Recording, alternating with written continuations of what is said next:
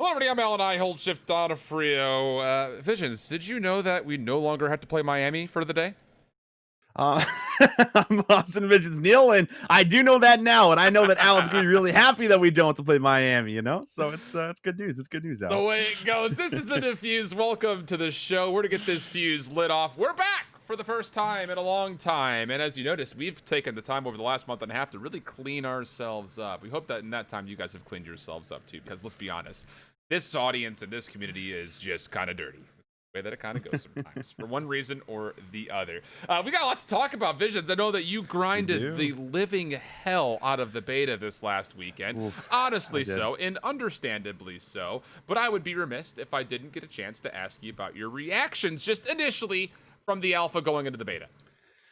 All right, so going into the beta, I feel like the game is a lot faster. That's I think the biggest takeaway. I think as soon as you notice it, right, you start sprinting, get yourself out into the map. You're like, whoa, this is a lot quicker. So I think they're maybe trying to up on how fast you're able to move across the map because the maps feel still pretty big. And I mean, speaking into competitive sense here, going into 4v4, I think that could be a little bit scary based on what we've gotten. But overall, I think my takeaways are still really, really good. I think like the core base of the game feels good, much better than I think we've had in the last couple of years for sure. So the potential is certainly there. I think there's still a lot of concerns, I guess would maybe be the best word to use for as far as what competitive is going to look like based off of having maybe this still kind of slide mechanic movement that people are a little bit worried about. It's being abused. It was supposed to be fixed and it wasn't. I think Treyarch's intentions are still pretty good, but I think my overall takeaway, Alan, is that the game does feel good. It feels fun. And I think that's probably the most important factor when we're looking at a new Call of Duty game. Look, I know that when I told you that we were going to do this show, you're probably expecting me to just lose my head a little bit, but I'm going to surprise you here, Visions. Okay. I actually did enjoy myself for the most part. There were a few moments where I walked away just thinking that I had no fun, but I'll say this much. Last night, me and Marco, he works at the CCL with us, we jumped on. He was like, look, I don't play 6v6. I want to just play 12v12, just Armada and just Cartel. And I was like, you know what? I haven't played 12v12 hardly at all because I didn't play Ground War barely at all when Modern Warfare was a thing outside of the beta weekend when they had it. I actually really enjoyed myself. And I think there is something to be said for, getting the weapons to a point where you feel like you're actually able to compete. I think that the leveling system was a bit harsh initially when it comes to the difference between just a raw vanilla gun with no attachments versus one that's fully kitted out. No, I actually did enjoy myself. I think the game looks great. I think for the most part it feels all right. There are some things that, of course, that I wish were changed and adapted to kind of give us the best of what Modern Warfare had to offer, the best of what maps like Black Ops 4 had to offer. Things like we've seen in the past when you look at like the best, the heyday of Call of Duties. We kind of wanted to see Treyarch specifically like take away from like Black Ops 2. I know that's like been the big key of, people wanting just to see most of what was Black Ops 2 just brought into one central game. And I know this is saying more towards Modern Warfare, more than it would be like toward your normal Black Ops game. But for the most part, I actually did enjoy myself. But the interesting talking point that you had brought up throughout that was the fact that we're going to be looking at what is and what was that slide mechanic. So with the slide mechanic in mind, what are your biggest takeaways as far as how it goes? Because I'm right there with you. I feel like from the alpha to the beta, the movement speed improved. Like it was faster. The game felt super zoomy, if I have lack for a better term. Yeah, it definitely was. Like you could just tell, I think, right away as soon as you're starting to move around the map. And I think the big problem that I have, with the sliding going into it is like there's no really cooldown on it. And I think a lot of pros have hit on this, very like Apes and spammy, Parasites. It's very, very spammy, and it's just like Modern Warfare essentially, where you can just slide and do some crazy things. And there's also the attachment. Like I know the Uzi has it. I'm not sure about at least all the other weapons in the game because I didn't level them all up to max, but it has like a 40% boost, right? Like 40% boost on your movement, and it's like, dude, like I think I saw a clip of someone like zooming across Moscow in like 10 seconds and getting to the other opponent's spawn because they were just like G sliding into a slide and like G sliding, you know what I mean? It's just like out of control. Like you just can't have that. I feel like then the game's like played at such a fast pace that it is going to turn into almost a lot of what Modern Warfare was. But I think that Treyarch's intentions are like, all right, we don't want this mechanic to be into the game, but they haven't been able to, I guess, find a fix for it just yet. And to be granted, it is just the beta. It's just like the first phase of the beta, but they just need to fly Shotzzy out to the studio here, Alan, and like let him play your game, let him play the game. And it's like, oh, so this is what he's doing. This is how he's doing it. And he can teach you how to fix it. I think that's the solution. That's a totally reasonable solution. I actually know other game developers that would fly out like really big pro name players to play their game for like a week, and then they would fly them into the studio and be like, all right, show us what you can do on the game, and they would kind of evaluate it from over their shoulder like, all right, we can't let this happen. This is a little bit too ridiculous. But it's been interesting because I felt like the base movement speed actually was also buffed up just a touch, because I remember from the alpha feeling like the entire alpha I played, it was I'm just running from spawn into the middle of the map and then hopefully finding a couple of kills, dying, and doing it all over again. I didn't really feel that way this time around. There were some still kind of clunky things, I think, because of the sluggishness of, you know, I mean, last year you had slide canceling, but you also had the ability to bunny hop a little bit with a jump, so you could still kind of carry some momentum in a different way than just sliding. In this, it was just sliding. There was no real way to essentially jump, peek around corners, to do even in Black Ops 4 with a slide jump, which honestly, I'm glad is not a thing because I thought that was super busted. But it's just one of those things that I feel like it will reward those players that spend a lot of time just working solely on their movement. And it's going to be a harder time, I think, for the casual player that's out there. And let's be honest, when it comes down to developing the core game, we're looking specifically at that core player base to kind of determine, you know, what is going to be the best for the game overall if you're looking at this from Activision and Treyarch's point of view. I know that we like to look at things from the lens of a competitive standpoint, but at the end of the day, you got to appeal to the other 98% of the player base that is looking just to sign on after work and get a couple of artillery barrages and things of that nature. But with that in mind, I want to get weapon ideas from you, because for me personally, I heard all the buzz about the Uzi being good, the M4 still being solid, but it wasn't until the final day that I realized that I loved using the MP5. I actually took that thing in tow and was like, I'm here. I love this MP5. This is all I'm using for the rest of the beta. And I popped off a little bit last night, Austin. I'll tell you that. Okay. Okay, Alan, I like that. I like to hear that. Well, I do think that Treyarch always has like a really good mix of weapons in towards the mix of their games. Like, I mean, you think of like way back in Black Ops 2, and you think of, you know, the M8A1, you think of the AN94, MSMC. Like, there's at least a couple different weapons you can use. Same thing with Black Ops 4, right? Like, you have 3 different weapon choices you can use between the SOG, the Maddox, and the ICR. So I think that's at least a good factor coming in towards this game as well, because I think that could be the same situation where the Uzi seems like it's really good at like the medium range. Once you get it max level, then you're able to put some of those attachments on it to be super effective and battle out against some ARs. And then I think the MP5, when I was using it here and there, didn't like max it out and maybe find its full potential with all of its different attachments, but was still finding that I was able to kill people up close a lot faster. I felt like the fire rate felt pretty good, and you were able to kind of still weave in those 2 pieces and those multi kills really quickly with like a quick little flick or snap on, which is, you know, something that could be very hard in this game due to like the health and the time to kill, which I think is also perfect, by the way. And it's a really good balance, but I think that's a little bit harder to do, especially with the ARs. And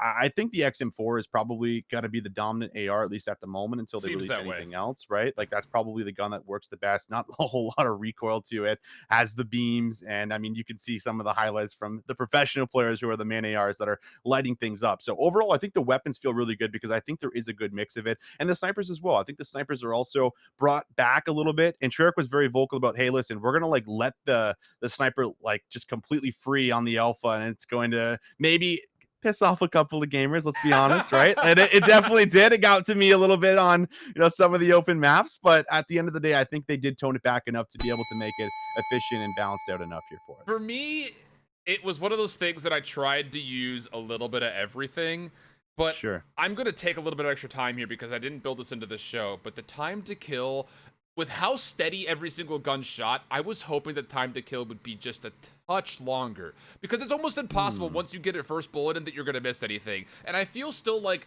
I would say 80 to 90% of my engagements, it felt like whoever saw the other person first won the gunfight. It felt very much so, and I know that's like been a staple of a lot of CODs, but you have to remember that my first Call of Duty was Black Ops 4, and that time to kill was lengthy. And yes, some of it was because of the fact you had this stim shot that bursted you up to full HP quickly. The other was the fact that the SMG tickled you at range, and the ICR had a really slow rate of fire. Then you had the Maddox that lived in that perfect world in the middle. For the most part, I felt like in this beta, I was either fighting people at 500 yards or at 5 inches. I feel like I never got that mid-range gunfight, so anytime that I had an AR and an SMG was in my face, I was dead instantly. On the other front, if I had an SMG and an AR saw me at range, I was dead instantly. And that's the one thing that I feel like I hope that they improve upon when it comes to weapon balance, and I think some of that is a product of the maps overall, but I feel like the time to kill was just a touch too fast. just because of how steady the guns are. I mean, like you mentioned, everything shoots straight with maybe the exception of a couple of things like on the AK, but even once you started to get attachments, you can still hold that thing pretty damn steady. And I don't know. That's just kind of my reaction on it. I don't know how you have a I response guess I can to see that. that. I think for me personally, I mean, it felt perfect for me, I feel like, because like I do agree. I think that there is that weird medium of like you're either getting a really close range battles or really far range battles, and there isn't a whole lot of medium ones, maybe except for Cartel, I think was the only map where I felt like that maybe happened a little bit Agreed. more frequently, but And only all if the you other weren't in the ones. bushes. That's it. Yeah, exactly. So like I guess I can kind of see that perspective. And if there was maybe a longer one, then people who do have better tracking, someone like Dylan, who was praised in Black Ops 4 for his tracking and how he was always able to follow the movement, I think really, really well, is going to be more rewarded for a higher time to kill going in towards Call of Duty games. Agreed. And it's not just a matter of how cracked you can get and how you're able to finesse the movement to be able to turn it into a multi-kill. So like I guess I kind of see both sides of it, but at least for me, maybe just coming off Modern Warfare, maybe I'm just like, oh man, it's just longer than Modern Warfare, so I'm just happy. I guess maybe that's what I'm taking That's away from. I'm fair. not totally sure, That's but so fair. I think overall, like I wasn't like ever like, damn, like I wish that was a little bit longer. I felt like it was okay, at least for me. Fair enough. Well, you brought up Cartel. We have to talk about it. We We talk about all the maps at this point. Okay, so let's stick with the 6v6 playlist. Okay. Satellite, Moscow, Miami, and then the addition of Cartel this last weekend. Mm-hmm. If we know anything about how Call of Duty betas have worked in the past, 75% or so of the maps that were in the betas ended up becoming a competitive map.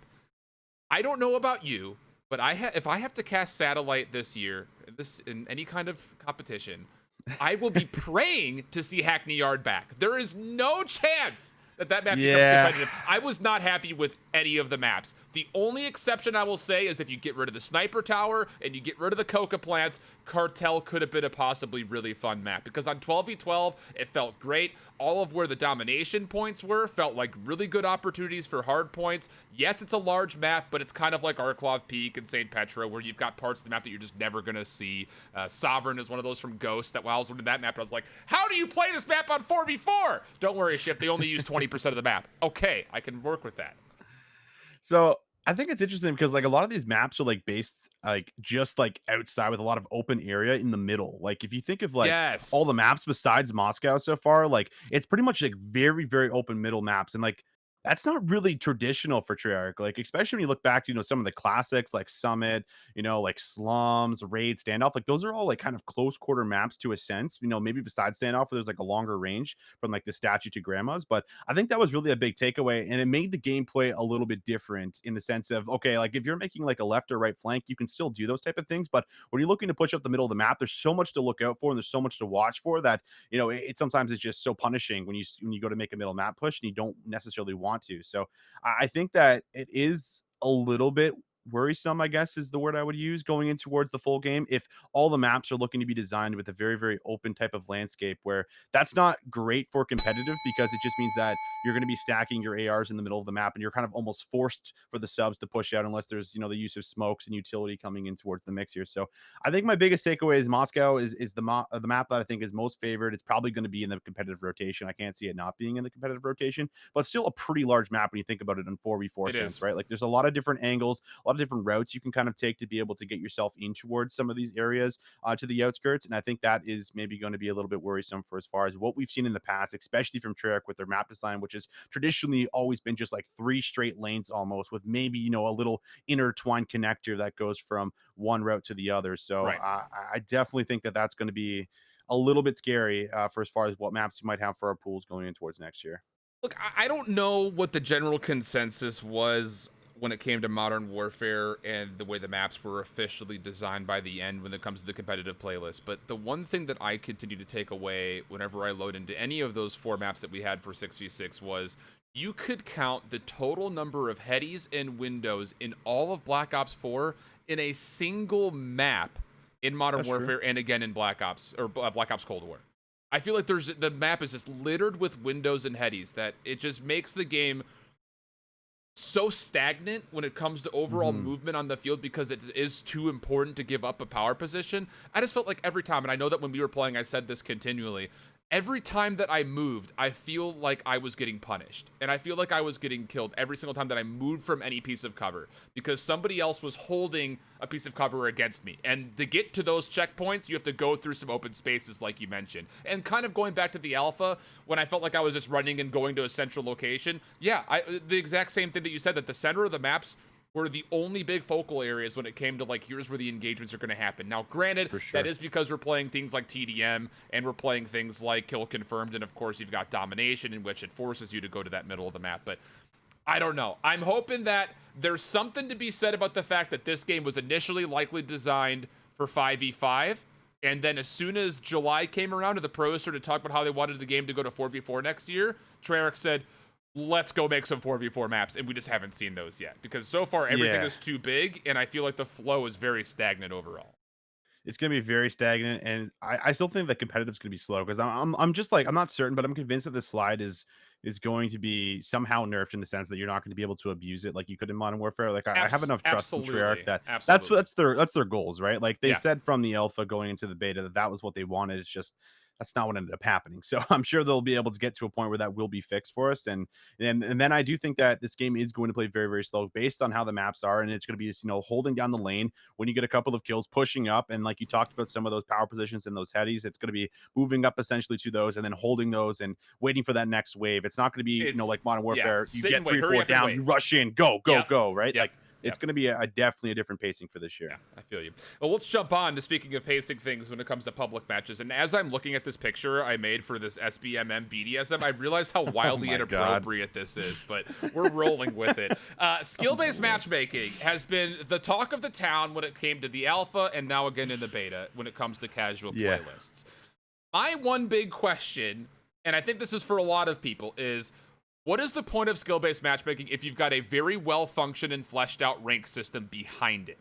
Now, the other side of that coin is, and this is the reason why I think you would argue for skill-based matchmaking, is because you have brand new players and the people who do not put lots of hours in it feeling like they're getting abused, which that could make up more of a percentage than we're thinking about.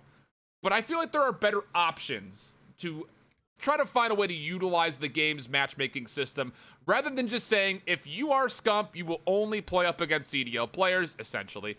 Or if you're a new player, you'll only play up against new players. I feel like that is super taxing, especially if you're someone who likes to grind the game, but also likes to enjoy it with people who are casual fans. Because if I were to join up with one of my friends who plays once a week, they are not going to want to play with me because the lobby will become more difficult, and that becomes no fun for anybody.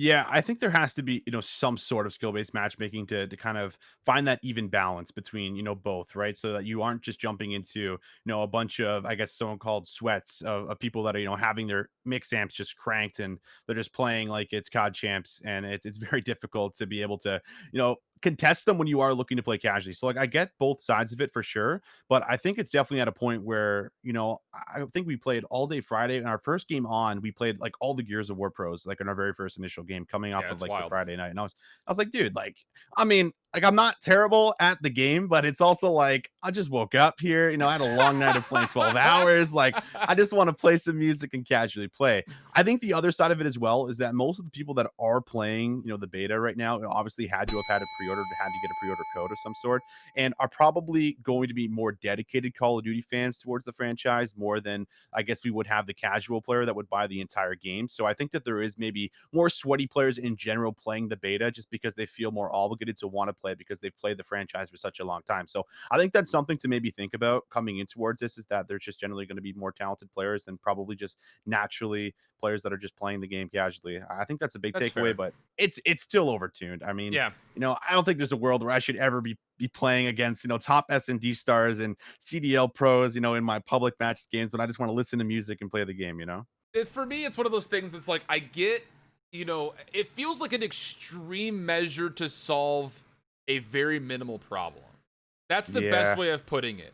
Because the whole idea is you don't want players like Clayster to go up against XX Sniper Joe 62 who only plays 20 minutes a week or whatever.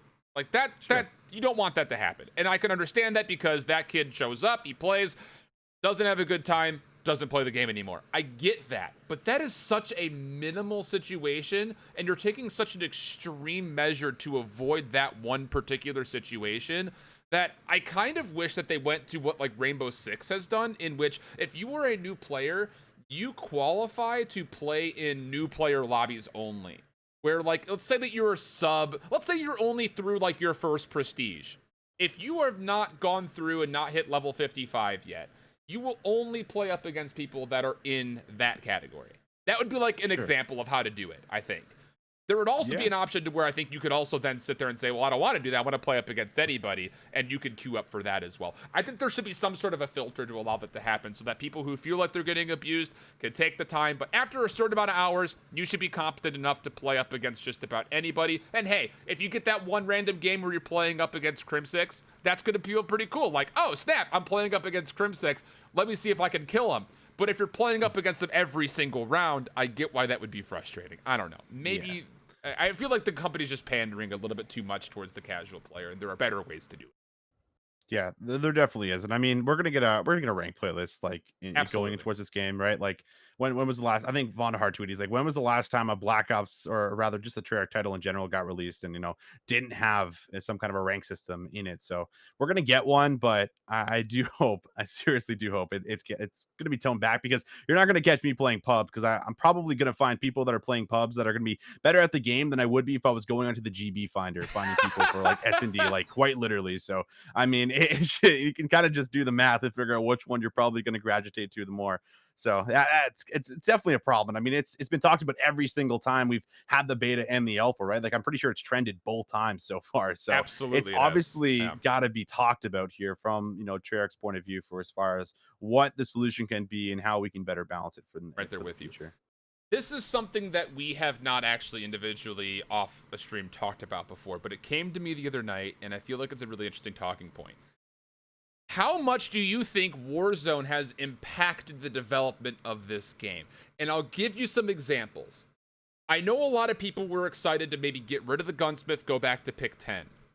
But you can't do that if you're Treyarch, if you are collabing on Warzone, in which the key mechanic of your loadout is based off of tuning the weapon as you see fit. On top of that, if you're creating environments that are immersive, that are detailed, and are very difficult to navigate from, let's just say, even a casual playlist side of things for multiplayer, that actually makes for a great environment for Warzone environments, Battle Royale environments. Imagine Miami in a Warzone environment. How much do you think, off the cuff, that Warzone could potentially be impacting the development cycle of not just this Call of Duty, but maybe even Call of Duties further into the future, considering what has been successful about Warzone so far? So this is interesting, because I've actually never thought about this, and it's a really good question. And I do think that it's a huge amount. Like, Warzone was without a doubt a massive success for Call of Duty, right? Like, I think this entire year, like, it was pretty much within the top 3. It felt like, for the overall most watched games on Twitch, and that's a really big deal, because Call of Duty hasn't really been up there for a very, very long time, and has been overshadowed by a lot of the other esports and top games, I think, over the last couple of years. So it's really nice to see our title get up and towards the mix, for as far as being something that other players are coming from other games and other battle royales to come and play. And overall, it just promotes it. More people are buying it, and it's great all around. Now, it's interesting because that maybe has an effect for as far as, okay, well, what about, the regular player base that has been playing your game since the franchise has come out, and has just looked towards, just playing casually, and maybe did not care about Warzone, are you going to cater more towards that just because it's more popular, it's bringing in a lot of viewers, a lot of big streamers? I think from a business standpoint, probably yes, right? Like, that's what they're looking to do. That's what makes the most sense.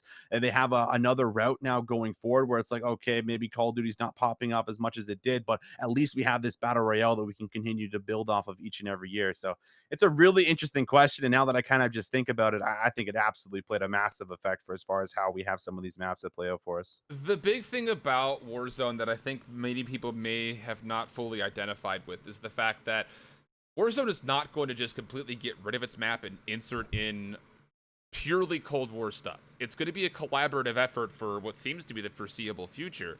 So with that, the expectation is that in the immediate, what is going to be added to Warzone, it's not going to be necessarily map or levels or areas. It's going to be weapons and operators.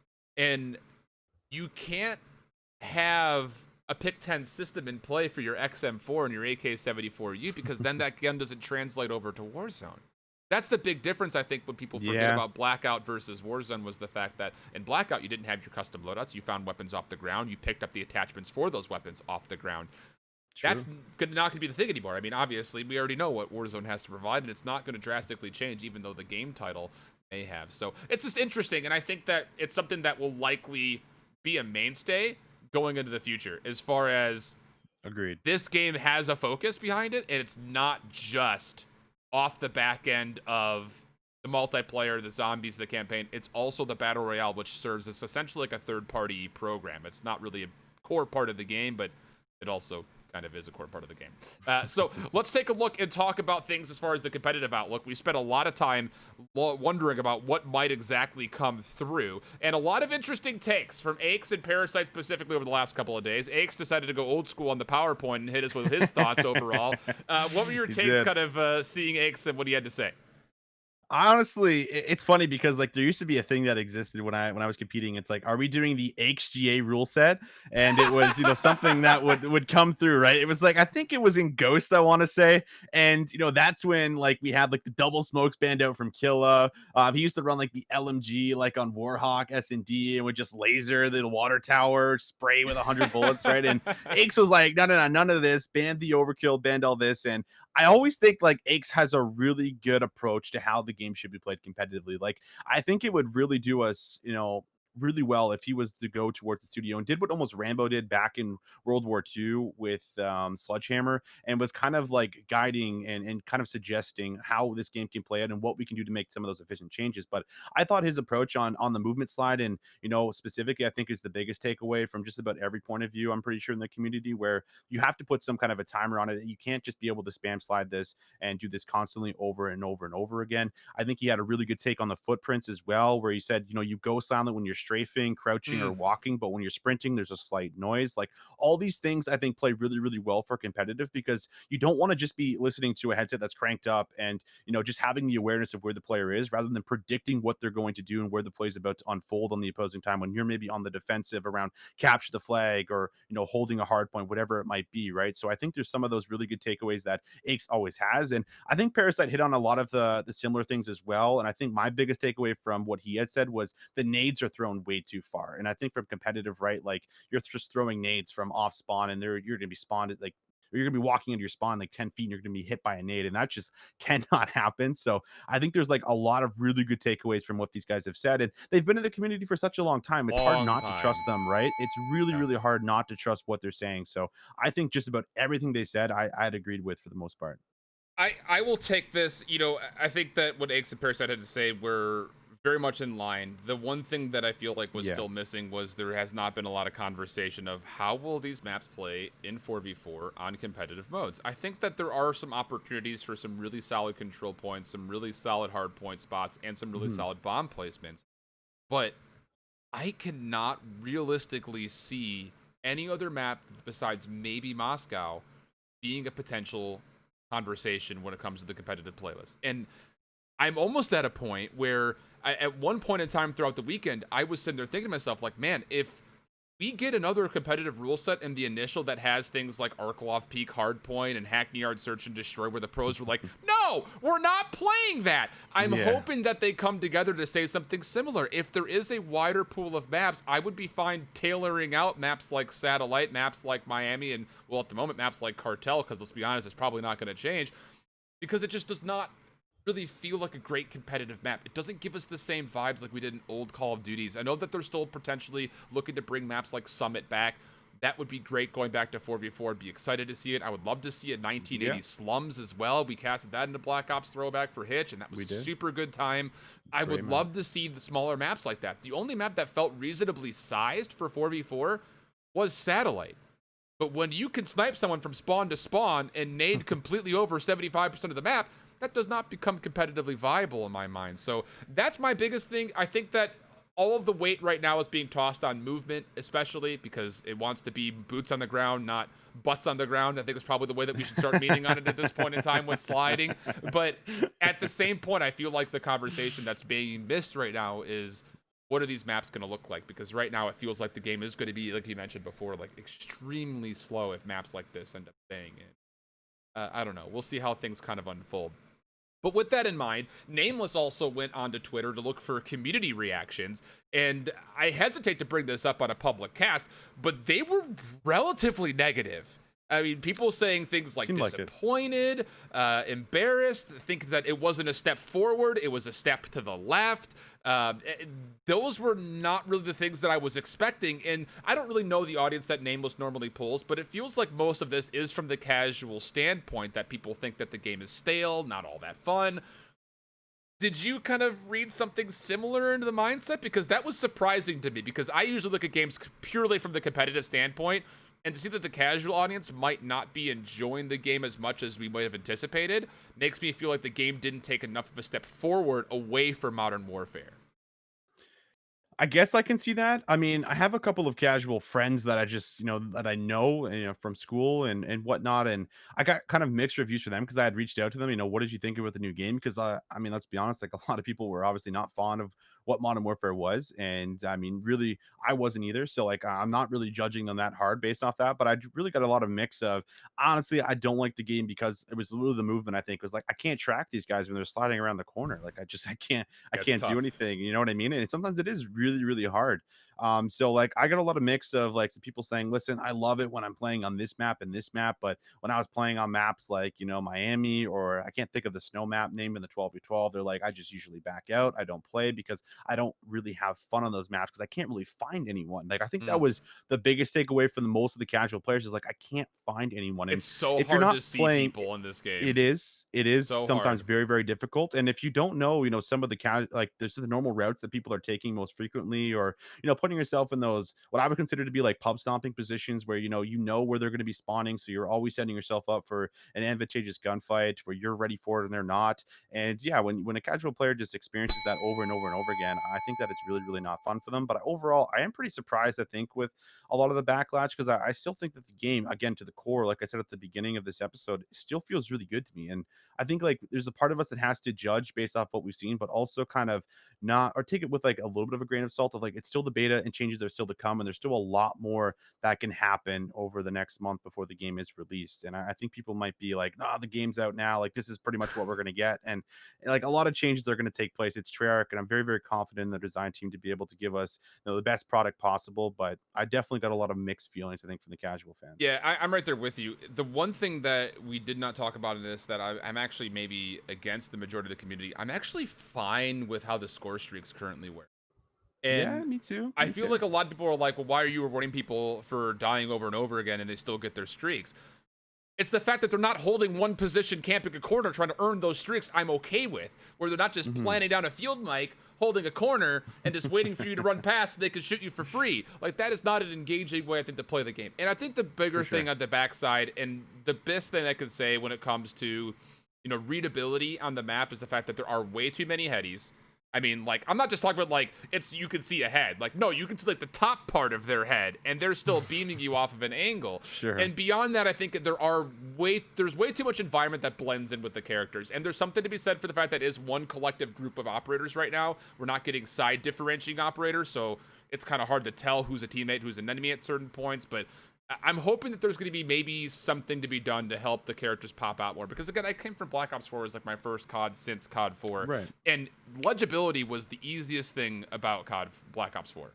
You saw everybody at all times, it felt like. There was never really a moment where you didn't know where you were getting killed from. And that's something that I'm hoping that it gets added in at some point in time to kind of make the game a little bit more legible for players. But with that, we have to transition away from the beta. I know we have a second beta coming up at a certain point, but a lot of rosters have been announced, a couple that have not. So I want to start with the core big top three. Atlanta, Chicago, Dallas, all confirmed so far. Sure. Out of those three rosters, who are you most terrified for? Or terrified of, I guess I should say. Oh, man, this is actually a really hard question. I mean, I think the one that you're most welcome. Terrified for, probably Atlanta, right? Like, I think like the missing piece from Atlanta last year was like a super strong vocal leader, and I think Arcides is going to fill that role really, really well. On top of that, like he's already got synergy with the BZ and Simp, right? Like they Yeah, won, yep. they won COD champs in Black Ops 4, so there's already something to go off of there. And I think the friendships between those three guys are also really, really good. But when you look at like the rest of that roster from last year, there was no one really that stood out when you were listening on listeners. There's a lot of people conveying information and calling out like they should, but there was no one like directing traffic, I guess is maybe what I would That's say. fair. So I think that Arcides will fit that role. And I think like the most scariest for as far as on paper, I think has to be that Atlanta FaZe team. But I mean, Dallas Empire and Chicago right behind them, right? Like Dashy doesn't really have the year that he wants, and I think he's kind of in redemption mode. And Hex, I also feel like had like a big conversation with Dashy before bringing him on towards his team. Like, listen, hey, like I know some things went down last year, and it's like that's not what's going to happen when you join the Huntsman this year. Like this is how it's going to be. And I think maybe set Dashy straight in a way, in the sense of like he's going to be on the same page for as far as where the organization and where the players are looking to go for this year. So I think that team's still going to be nasty. I mean, you got Scump and Formal, right, who are part of one of the biggest Not bad dynasties in Call players. of Duty history. That's right. So it's looking good. And I mean, you can't count Dallas out. They just won like CDL, but Right. Without Clayster, can Crim6 really step up and guide these That's three the guys? question. I think that's the biggest question Yeah. going into next year. Yeah, I think I'm most terrified of this Atlanta FaZe team. Although I will Mhm. say there's something to be said about Los Angeles Guerrillas and their announcement today. When you pick up Assault, Silly, and Apathy, 3 of the 4 that previously won a championship on a 4v4 title, Yeah. and Vivid, who sticks around having what was a pretty solid year when he got added to the mix, I think you have to Sure. applaud what LAG went out and did, because what they did going into Modern Warfare, people were like, oh, this roster could be good, but Mhm. it turned out that roster didn't really care so much for the game, and they didn't really practice it, and they got smacked, and then they kind of took a risk on younger players that were not really tried or, at that point in time, really all that true either to what you really needed to compete. So I'm interested to see what LAG puts together. I think that coming out of dead last place, tie with Seattle, this is a really good start for them. And I think for the same thing could be said for Seattle. The fact that you keep Octane, but now you're putting Gunless, Pristini, and Looney around them, Sure. that instantly brings more, I would say, safe success when it comes to what results you would expect from that squad. The only thing that really you cannot anticipate is like what happens if Gunless, Octane, and Pristini don't get along. Like that very well could be a thing and has been expressed from other side of things. But how about talking about Clayster? Because it's going to be another year where Clay is surrounded by young talent with one more player that he's got tons of experience with in New York. Yeah. Can he win another championship?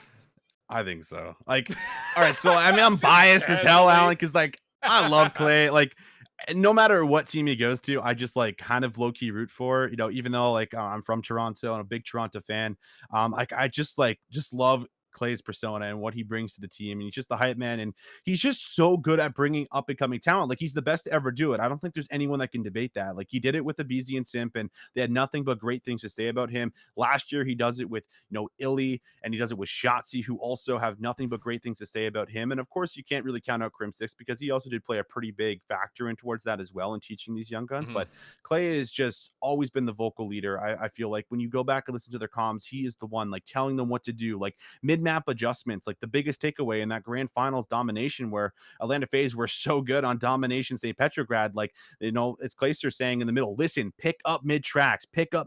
This is how we're going to beat these guys. This is how we're going to shut them down. That's what they do, and they turn things on its head and they bring it back. Like Clayster just brings such a value towards the team that HyDra and Mack Melts like are just going to get so insanely better going in towards next year. And like you said, Zuma's like, people like sleep on Zuma, man. But I don't know why, man. I don't know why either, but he's so filthy and he's really hungry for a COD champs win. And that's just the perfect formula, mixing that all with Clay. So I have high hopes for this team going into next year. I think the cool thing about this New York squad is the fact that you've got a very experienced leader in Clayster with Bobble right behind him that is going to be able to help guide that squad, and JP Krez, who does an incredible job on the analytical side. But you got players like HyDra, who just last year was able to finesse some of the best players in European challengers on Modern Warfare with an SMG. That will likely come into play this next year. And then if the maps are going to be super large and 4v4s, Zuma Flanks TM are back. You love that. You absolutely love that. Zuma can just float around the map as he normally does. On the other side, maybe some not so great things. What in the hell is going on in Paris? You miss out on the opportunity to sign HyDra. You have sat there and publicly said that we want to be a top 4 team with mostly French players, and you don't sign the best French player that's out there. I'm What a do you little bit do lost, now? Alan. I'm lost, Alan. Like, what is this like this roster is just going to be a bunch Is of no players roster. thrown together. It's just- Like I mean, there's not right now, but like obviously they have to come up with something before the new year. And yeah, when they do, it's just going to be a bunch of players just thrown together. And like maybe in some instances, like when you put a bunch of misfits together, like sometimes it just synergizes and works. And like it's a very rare occurrence that's happened throughout, multiple different esports titles. I don't know if that's one that could maybe work with Call of Duty based off of how roles need to be picked up and how positions need to be played, especially going towards this game where I think there's going to be more dedicated roles per se. I agree. So I'm just so worried, Alan. Like I don't know what's going on. They also, I think, just you have to take the minimum cut as well. I'm pretty sure was one of the requirements, right? Like 50K at least, like, or rather maximum, for as far as what you're going to be able to roll with, and that's just gonna take out the huge majority of the players. So I don't know what the hell's going on with Paris, but I am very, very worried for their roster heading in towards the next season. There are a handful of undetermined rosters at the moment, but at least every single roster, we've got an idea as far as who could potentially make up one or two of the spots. We have no idea what's going to happen in Paris outside of the fact that they want to keep it mostly French. So at the moment, I'm looking at pick up Whalers, pick up Zeke, pick up Risk, pick up the guys that you had in denial overtime, essentially, back in the day, because that's your best option if you want to go for a French identity. And I do think that Whalers was criminally slept on in Black Ops 4 going into Modern Warfare. I thought he played great throughout the Modern Warfare Challenger season. I think he could be a key part. But at the end of the day, if you're trying to not be a bottom 4 squad, is that team going to guarantee you outside that bottom 4 when everyone is kind of skimming away some very talented pros and forming god squads? Yeah. Good luck. Good luck is all you can say, right? Like, I mean, it's almost nothing you can really say, Alan. It's just like, it's just hoping at this point for anyone that's a Paris Legion fan. Like, you're just hoping to God that we get through the 2021 season as fast as possible and look forward to the year after. At this point, wild, like, you just don't know what they're doing. It's tough. It's crazy. And the other front, of course, talking about the other European squad, the Twins in a bit of chaos right now, having been dropped from the London Royal Ravens team. No signs that they have been even approached to be signed by any other squad. Their best bet, honestly, would be being signed by Paris if they want to play the CDL this next year, because everybody else is pretty much good to go. Without maybe the exception is you've got teams like Florida that we haven't heard much about, but your anticipations are 4 of the previous 5 are going to stay there. So it looks like it might be Paris or bust. And honestly, this has to be a meeting of the minds. I feel like Paris has to kind of suck up the fact that we're not going to get a French roster. We're going to take the Twins. They're going to be a core 2 that are going to carry us through a lot of the season, because these were 2 of the best players, not just in Europe, but in the CDL last year. Wuskin specifically was a top 3 KD last year, only behind Octane and Skies, I believe, which is, again, insane as far as your AR presence going into what will hopefully be another game that ARs will shine. So it's weird because we very well could see the Twins in the Challengers League, which is wild, absurd, man. That's wild. Yeah. Like, I couldn't even fathom that. Like, I think you just look at what London did as a whole and how they dropped like all of their players after building up what was, of course, a bunch of, English players that were growing with their fan base. It seemed like their Twitter was very, very popping. Absolutely. And there was a lot of that community, rooting for them, and you had them backing you. And then you just go and kind of drop them all in a sense, which is kind of mind-boggling, I feel like, to a lot of the community and probably them as well. I imagine to some sense, right? Like, it's like, didn't maybe have the best year per se, but definitely had a strong showing at the end of champs. Like, was able to definitely make some waves and beat some teams that were probably they weren't going to be predicted to beat by a lot of top analysts. So yeah, I think that there's a lot of takeaways, and it is mind-blowing, and it kind of hurts in a way because these guys, are very, very talented Call of Duty players, and to see them maybe not play in the CDL is just so hard. I can't think about it. It's hard to fathom. Can't. I mean, it's just I can't, because I mean, you even go back to like Black Ops 4 during Worlds then, and the Reciprocity makes it through, FaZe doesn't, and I mean, like, that camaraderie between the 2 brothers is insane, and they're obviously very, very, very talented. That goes without saying. Extremely. I'm a bit mind blown that is currently on the conversation key. But with that in mind, Challengers next year is looking to be absolutely insane. And I'll say this much: no matter what happens next year, we talked about it on Off the Rip when we did kind of an isolated special show. what would you do to challengers next year to make it more efficient, more effective? And a lot of us lent towards the fact that there needs to be regional-based leagues. Even if that doesn't happen, whatever goes on next year with challengers is going to be incredible for the Call of Duty scene in full, because now you're going to get a ton of talent in challengers. It's going to make the grind that much more difficult, but also that much more rewarding, I think, in the back end, because you're going to get a chance to prove yourself. And I know a lot of people were hoping for expansions going into this next year, but we're going to get essentially a guarantee that going into 2022, there will be expansion teams. So this next year for challengers, I feel like is going to absolutely set off what Tier 2 esports looks like, not just what Tier 2 COD esports looks like, because there's going to be a ton of eyes as far as a lot of players that are going to be in the challenger scene this next year. And I hope they realize that, as everyone that's competing, whether they were in the CDL from last year or trying to get themselves to the CDL, competed in challengers all the Modern Warfare season, because that's got to be what you're thinking about. It might be really unfortunate to be like, damn, like I had really good placing this entire year. I feel like I really showed myself off, and I didn't maybe have the conversations or phone calls that I wanted for as far as offers going in towards next year. But you have to, like you just said, think about expansion teams going in towards 2022 and how much more weight this season coming up is going to have. And if you're able to have a strong performance, then there's going to be an absolute situation where some of these teams that come in are be like, damn, like this guy played very, very well in challengers, let's at least try him out and let's try to bring him in, right? Like I think that's really the big things, I think, going in towards next year. And there is a lot of talent out there, whether, like I said, from previously CDL and Modern Warfare to a lot of the players that have just been competing through challengers this entire year. There is so much that you can look to try and pick through.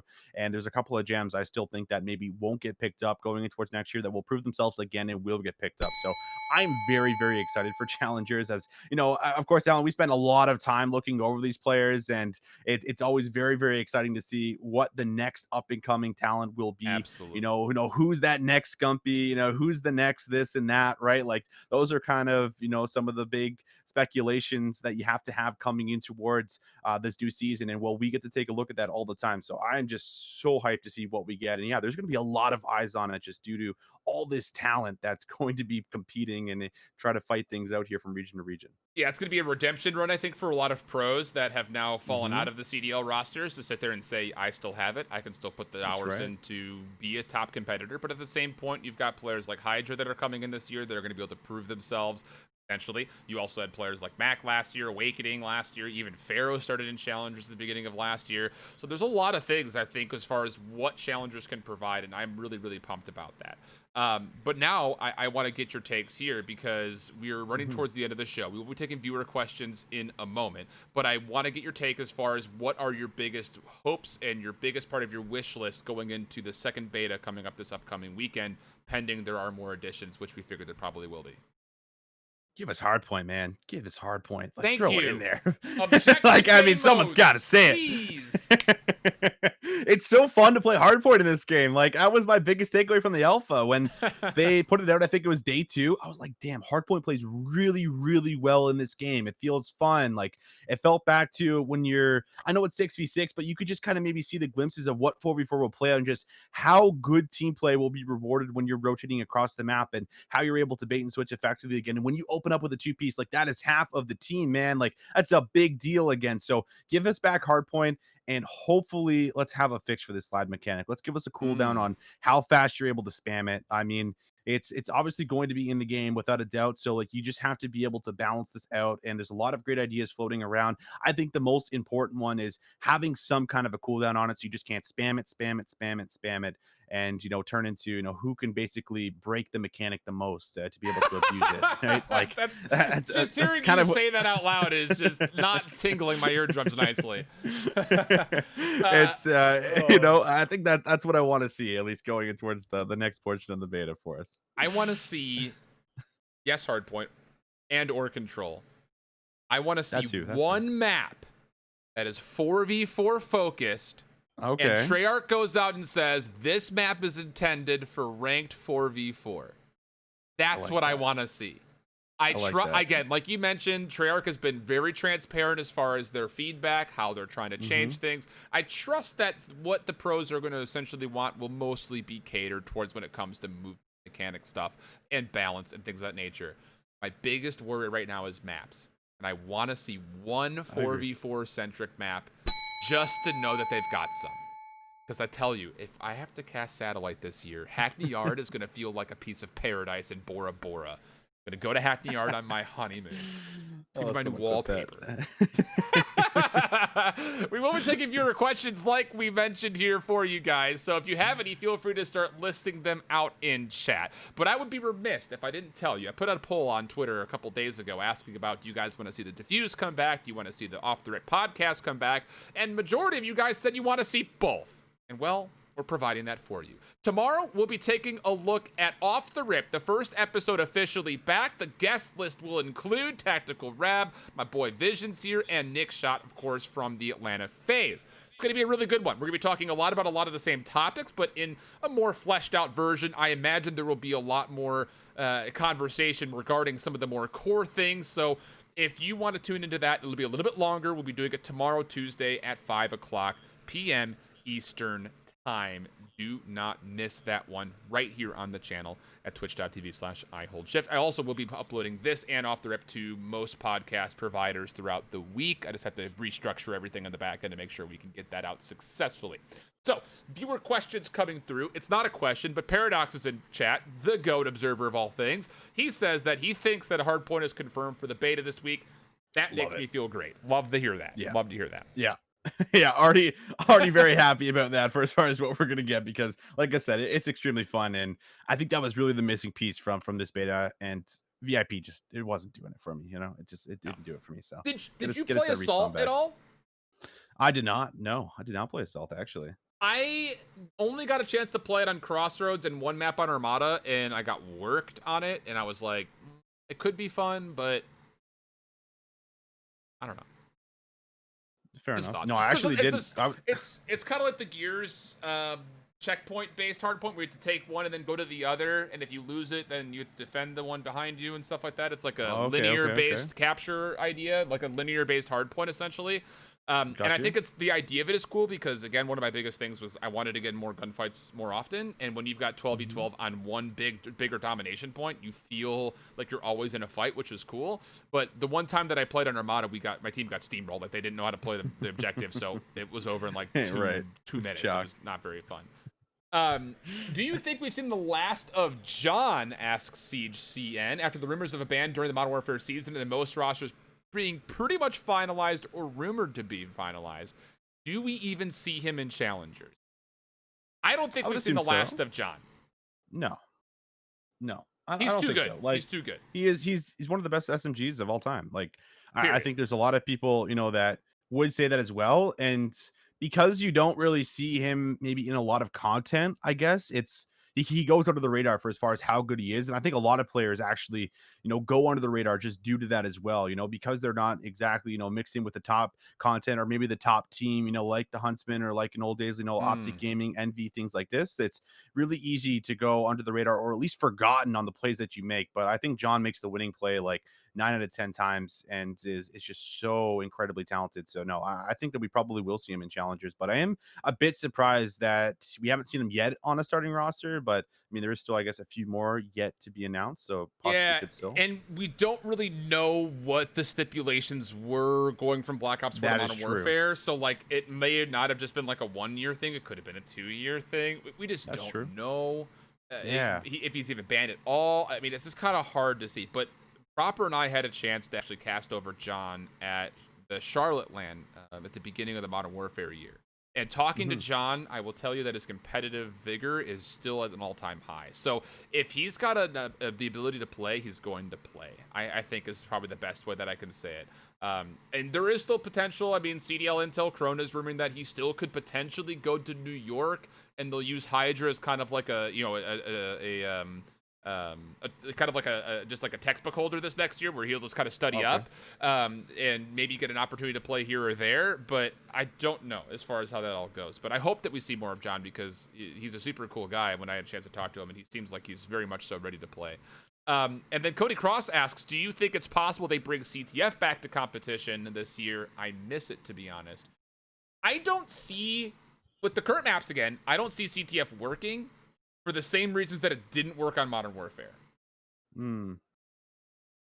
mean, I think the big problem with CTF in the past was Like there was in 5v5, like there's so much happening on the map that it's really Yeah, hard to get a successful pull off. Like it seems like, right? Like you think of how CTF is played, and with 7.5 spawn delay, you get yourself a wave of kills in the middle of the map. You push up, you do that one more time, you get a pull flag, and usually you can at least pull it out. And then the overextension spawn happens for the team that's trying to stop the flag from going through. Where 5v5, there was just too much happening, and that was just, I think, impossible to be able to do effectively in a competitive setting. I think there's maybe a still potential that could happen. Like if we see maps like Summit come back, right? Which I think they did already announce like a long, long time ago that it would be coming back and towards this game. I believe was a CTF map back in Black Ops 1 when it was played competitively. So that is a chance maybe to see that come through. But I think with Control, I think Control is just maybe so good that we might not get it just I due think you're to right. how that game mode plays. And I think of, you think of the life lead compared to also controlling the point. There's a lot of different factors and a lot of different ways to win rather than just pulling a flag across the map. Even though, like, in my heart, I want to see it come back, Alan, because that's just a game mode, that I just love, Yeah, but I think I have to understand if control does take over, I I guess. won't lie. I really enjoyed CTF in World War II. Again, that was my Yeah. first real attempt playing it because, like I mentioned, I played PC COD 4 like pro mod. That was essentially just Mhm. search and destroy back in the day. So we didn't really get a Sure. chance to see CTF back then. We obviously didn't have it in Black Ops 4. I wouldn't mind seeing it back. I would actually, I think it would be a really cool change of pace and a little bit of a hit of nostalgia. But I think that, again, just based on the maps that we have, they're so large, I feel like it's going to be really difficult to be able to fully get a read of the lay of the land at any given moment in time. Because, I mean, this thing That's about fair. Moscow, which we said is like probably the best overall competitive map that we've had so far, if we were to assume it's going to be one. And just imagine how many lanes there are. You've got the outer street, you've got the inner side towards that bank area, then you've got technically the outer side by the statue. But in between all of that are a lot of different little funneling spots that you can kind of work your way in and out of. That's going to be almost impossible to check while you're also pushing across and trying to get a capture of your own. I feel like it's going to stretch maybe just a little bit too thin. Whereas Control, you have the opportunity to sit there and say, okay, we're going to concentrically hit one spot or the other. For The sure. defense might split and then say, okay, we're going to retake this. Or you're going to see what they did on Gridlock, which is we're going to forfeit one and just bunker up and play defense on the other. So I don't know. I think that it could be fun. I like I mentioned, I loved it in World War II. I had a lot of fun playing it. I had a lot of fun casting it in those throwbacks. But those maps were dramatically smaller than what we They were a currently lot have. smaller. So Yeah. there's something to be said about that, I think. Yeah, it's just so tough. Like I think it all depends on what we'll get for the full map set. But Yeah. I mean, even Hex in chat right now, he's like, I'm a fan of CTF right now. And I mean, we'd love to get it. Like I Yeah, think it'd be that there fun. is maybe an argument to be made where we could almost have, like 3 different respawns played with 2 And then two S&Ds. Like I Ds. think Yeah, there's that could be fun too. like that's something that could happen. Like I talked about that, I think before, going in towards the alpha. Like I think that would be really, really cool to see, a control, a hard point, and a CTF, and then 2 S&Ds. Like, That'd I be think fun. you have to have 2 S&Ds because that game mode is just, it's elite. It's a I think staple. It's a you have to staple in have at COD. least 2. And I mean, you could say the same thing about a hard point, of course, but I think that there would maybe be an interesting dynamic that's like, oh damn, like this is a really good, control and search and destroy team, but they lack in hard point and CTF. So that's their downfall. That's where their exploits are. You could obviously mix that around for as far as what game modes they're strong at, but you'd have to be very much more well versed across multiple different game modes compared to maybe just being super good at 2 and maybe having kind of lackluster just one game mode. So Yeah. different dynamics, but I mean, I would probably be surprised, I think, if we get CTFs. Siege asks a follow-up question. This will be the last that I think we'll take, and maybe we'll actually pose one to Hex off of this. He asks, do you think we see more Academy teams? Of course, the Los Angeles Guerrillas announced their Academy team today, which will include Mental from the Gears of War scene, plus Exceed, Nero, and Chino. Mental and Chino in specific are the 2 official substitutes, whereas Exceed and Nero have just signed on to potentially play on the Academy roster. I won't lie, I was a bit surprised to see an Academy roster announced so early, considering that the game isn't even out yet, let alone we don't even know what the Challengers format's going to look like. But I'm excited to see another CDL team branch out into the Challengers Academy scene. Of course, we expect Yeah, Atlanta to me hold too. on to one. We expect Minnesota maybe to still have an affiliation with another squad. I'm hoping, Hex, that Chicago and the Chicago Huntsmen, they have a Huntsman Academy. That'd be wonderful. That'd be super cool to see as well. And I think that my end-all be-all is the more CDL teams that decide to individually and independently invest into Challengers without it being mandated that they have to invest, that is great for the overall Challenger scene, like we mentioned from before. Mm-hmm. I mean, I think that it's being talked about, especially with a lot of the rulings that went into towards challenges this year as well, where Absolutely. you can actually have like I think it's 2 players that are on the bench play with each other from different teams. I think was Different the teams. Yep. ruling, if I'm not mistaken, right? So that's at least a big factor now, where you can have a couple of players to be able to maybe form something on the side and be able to at least have something you can work around. So there's definitely a lot of different options for it, and I would really love to see it because again, it adds towards that tier 2 scene and tier 2 Call of Duty for as far as what we've had is always been an important I think factor for as far as how this esport has not only grown but has just pretty much worked, right? Like you think of amateur players being able to break in towards the main bracket at MLG tournaments back in the day, and that is something I think that has always been really fun to see. Damn, these guys have gotten through and they just took down a top team that is in the league. Like that has always been something very fun, but can't have that with CDL and people paying $25 million losing. It's Unicorns of Love or whatever it might be, right on. So Hey, man, you have to have hate. some kind of a Unicorns balance there for sure. Love the Unicorns of Love. The fact that they just went with that team name and really owned it, you really have to Yeah, respect we love it. that. We do love that. But we're going to say farewell. We went about twice as long as we anticipated to, and I had a feeling that we were going to do that because it's the first time we've done this show. The hopeful goal in the future is that we'll be able to break up the show into about 3 or 4 different total segments, kind of doing like a buy or sell, things like that, where we can kind of pick and choose a couple of different topics, and we'll kind of keep things a little bit shorter. This will go up to YouTube, so for the select few of you guys that are out there currently watching live, if you missed any of it, feel free to go over to my YouTube. Will be posted there. And beyond that, I'll do my best to try to get this up on most podcast supporters later on this week when I get some time to do that. So farewell for now. We hope that you guys don't let that fuse fizzle out, and we'll catch you guys back every single Monday right here, right back with this show. Till next time, though, hope you keep holding it down.